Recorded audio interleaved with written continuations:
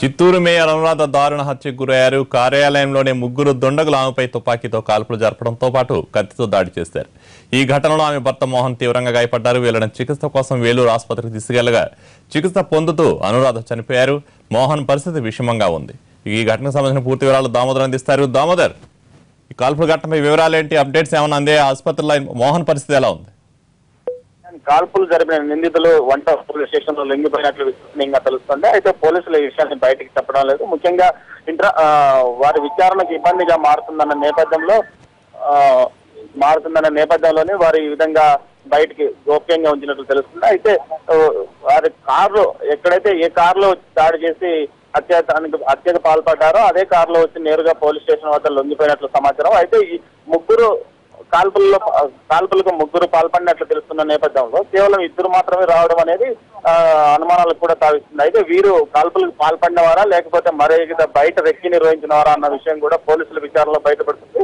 అయితే సంఘటన తీసుకుంటే పోలీసు సీసీ కెమెరాలు లేని చోట మాత్రమే వీరు దాడులకు పాల్పడినట్టు తెలుస్తుంది. అయితే సీసీ కెమెరాలు కార్యాలయం ఎంట్రన్స్ లోపలికి వెళ్తున్న కార్యాలయం ఎంట్రన్స్ వద్దకు వారు చేరుకున్న సమయానికి అటువైపు నుంచి ఎదురుగా వచ్చి వీరు ముసుగు ధరించి దాడి చేసినట్లు ప్రత్యక్ష సాక్షులు చెప్తున్న కథనం. కాల్పుల్లో మేయర్ అనురాధ అక్కడికక్కడే మృతి చెందింది. ఆమె కంటి పైన ఛాతి పైన తీవ్రంగా 2 బుల్లెట్ గాయాలు తగలడంతో ఆమె అక్కడికక్కడే మరణించగా పొట్టపైన ఛాతి పైన తీవ్ర గాయాలుగా బుల్లెట్ గాయాలతో పాటు కత్తి ఘాట్లు కూడా పడడంతో పరిస్థితి విషమంగా ఉన్న కటారి మోహన్ ను వేలూరు స్విమ్స్ ఆసుపత్రికి తరలించారు. ఆయన పరిస్థితి విషమంగానే ఉన్నట్టు తెలుస్తుంది. మరోవైపు ఈ మొత్తం మీద వ్యవహారం తీసుకుంటే గతంలో 2002 మధ్యలో సీకే బాబుపై ఒక పెద్ద స్థాయిలో దాడి జరిగింది. మందు పాత్ర పెట్టి సీకే బాబును చంపడానికి అప్పట్లో ప్రయత్నించారు.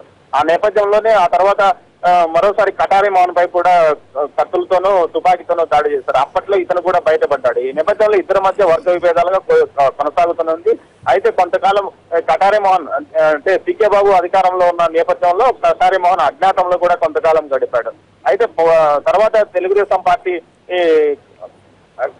జిల్లా కార్యదర్శిగా అతన్ని నియమించడంతో పాటు మేయర్ అభ్యర్థిగా అతని భార్యను ఎంపిక చేయడంతో పార్టీ వర్గాలు కలిసికట్టుగా పనిచేసి అతని భార్యను మేయర్ గా ఎంపిక చేస్తాయి. రికార్డు స్థాయిలో ఎక్కడా లేని విధంగా మొత్తం 50 డివిజన్లకు గాను కేవలం 8 డివిజన్లు మాత్రమే ప్రత్యర్థులు గెలుచుకోగా 42 చోట్ల టీడీపీ విజయం సాధించి కటారి మోహన్ మేయర్ గా ఎంపికైన నేపథ్యం ఉంది. అయితే అధికారం వచ్చిన తర్వాత వీరిలో పార్టీలో కొంతమంది గ్రూప్ విభేదాల వల్ల వీరు బలహీనంగా మారారన్న అంశాన్ని అలసుగా తీసుకున్నారో లేకపోతే మరేదైనా కారణాల వల్లనో కానీ కటారి మోహన్ భద్రత కూడా పెద్దగా పట్టించుకోకపోవడంతో దీన్ని అలసుగా తీసుకుని ప్రత్యర్థులు అతని పైన దాడులకు ఈ రోజు అత్యాచారం చేసినట్లు తెలుస్తుంది. గతంలో ఏమైనా 2-3 సార్లు వ్యక్తి నిర్వహించిన తర్వాతనే ప్రకటబందిగా ఒకేసారి దాడి నిర్వహించి పూర్తి స్థాయిలో అతన్ని కడతీర్చాలని ప్రయత్నించి వారు ఒక రకంగా సక్సెస్ అయ్యారని చెప్పవచ్చు. ముఖ్యంగా కటారి అనురాధ అడ్డు రావడంతోనే ఆమె అడ్డు రావడం వల్లనే ఆమెకు తల మీద ఛాతి మీద గాయాలు తగిలి ఆమె మరణించినట్లు చెప్తున్నారు.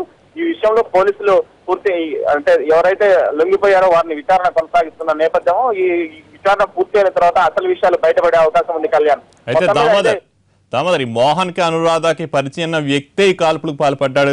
గతంలో వీళ్ళు హైర్ చేసిన వ్యక్తే ఇప్పుడు పాల్పడ్డాడు అనే ఒక వివరాలు మనకు తెలుస్తున్నాయి. దానిపై పోలీసులు గానీ మోహన్ వర్గీయులు వాళ్ళకి సన్నిహితులు ఎవరైనా మాట్లాడుతున్నారు? దీనిపై హైర్ చేసుకున్న వ్యక్తి ఈ విధంగా కిరాయి అందుకున్న వాళ్ళే టార్గెట్, వారు మరోసారి వారు తీసుకుని కాల్పులకు పాల్పడ్డారా అన్న విషయం మీద కూడా విచారణ తర్వాత బయటపడే అవకాశం ఉంది. అయితే పోలీసులు మాత్రం తమకు ఎవరు లొంగిపోలేదు, తమ దగ్గరికి ఎవరు రాలేదనే విషయాన్ని కూడా చెప్తున్నారు కళ్యాణ్. అయితే మొత్తం మీద ఇద్దరు మాత్రం పోలీస్ స్టేషన్ లో లొంగిపోయారనే విషయాన్ని అక్కడ ఉన్న వారు చెప్తున్నారు. అయితే మొత్తం మీద ఈ విషయాన్ని తీసుకుంటే చిత్తూరు నగరంలో దాడులకు పాల్పడడానికి కటారి వర్గం పూర్తి స్థాయిలో సన్నద్ధమవుతున్న నేపథ్యంలో పోలీసులు పూర్తి స్థాయిలో నగరం అంతా విస్తృత స్థాయిలో బందోబస్తు ఏర్పాటు చేసి ఎక్కడికెక్కడ ఎటువంటి అవాంఛనీయ సంఘటనలు జరగకుండా కట్టుదిట్టమైన బందోబస్తు చర్యలు తీసుకుంటుంది. అయితే ఈ విషయంలో గతంలో దాడికి పాల్పడిన వ్యక్తి గతంలో ఎవరైతే సీకే బాబు మీద దాడికి పాల్పడ్డాడో ఇతని వర్గంలో నుంచి కిరాయి అంతకుడిగా ఉన్న వ్యక్తి ఈ రోజు హత్యకు పాల్పడ్డాన్న విషయం మీద కూడా పోలీసులు విచారణ తర్వాతనే అసలు విషయం బయటపడే అవకాశం ఉంది. వీరు లొంగిపోయారన్న విషయాన్ని కూడా పూర్తిగా ఇక్కడ పోలీసులు నిర్ధారించలేదు. Kalyan, okay, thank you Damodar, thank you.